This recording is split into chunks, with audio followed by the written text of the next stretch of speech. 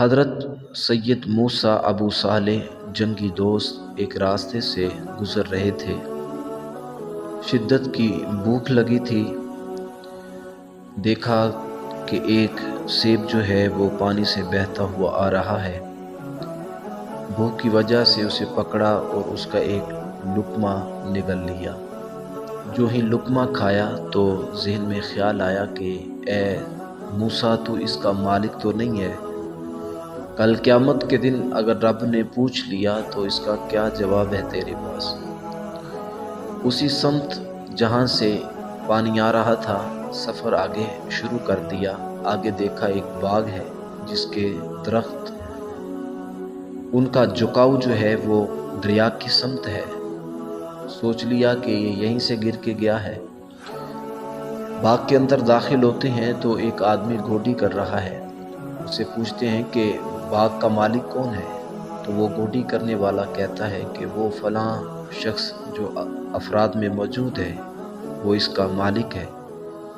آپ اس کے پاس پہنچے اور اسے جا کر کہا، حضور میں نے غلطی سے یہ سیب اس کا ایک لقمہ لے لیا ہے اور یقیناً یہ سیب آپ کے باغ سے گر کے گیا ہے۔ حضور اس کی معافی چاہتا ہوں، اس کا ازالہ چاہتا ہوں۔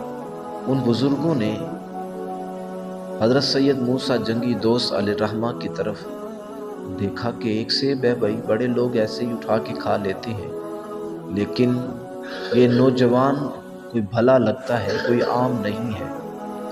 اللہ اکبر۔ آگے سے بزرگوں نے جواب دیا، بیٹا پھر ازالہ تو ایسے نہیں ہوگا، اس کے لیے کچھ شرائط ہیں جو تمہیں طے کرنا ہوگی۔ کہا، حضور میں ہر شرط جو ہے وہ ماننے کے لیے تیار ہوں، آپ حکم فرمائیں۔ کہا، بھائی پہلی شرط یہ ہے میری کہ تم نے 12 سال اس باغ کی گوڈی کرنی ہے۔ تو اس کو قبول کر لیا۔ 12 سال اس باغ کی گوڈی کرتے ہوئے آپ نے گزارے۔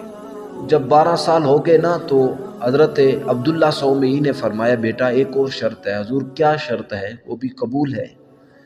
کہا، میری ایک شرط یہ ہے کہ میری ایک بیٹی ہے جو آنکھوں سے اندھی ہے، گونگی بھی ہے، بہری بھی ہے، اپاہج بھی ہے، تمہیں اس سے نکاح کرنا ہوگا۔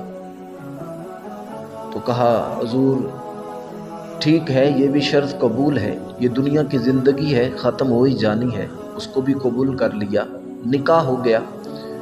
اور جب حجرہ عروسی میں حضرت سید موسیٰ جنگی دوست علیہ الرحمہ داخل ہوتے ہیں تو کیا دیکھتے ہیں کہ ایک خوبصورت نوجوان عورت سلام کرتی ہوئی استقبال کر رہی ہے۔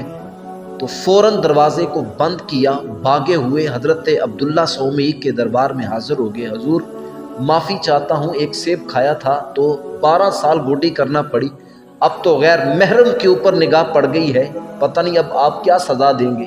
کہا، ہوا کیا ہے؟ کہا، جن اوصاف کی حامل عورت سے آپ نے میرا نکاح کیا ہے ایسی عورت تو اس حجرے میں، اس کمرے میں موجود نہیں ہے۔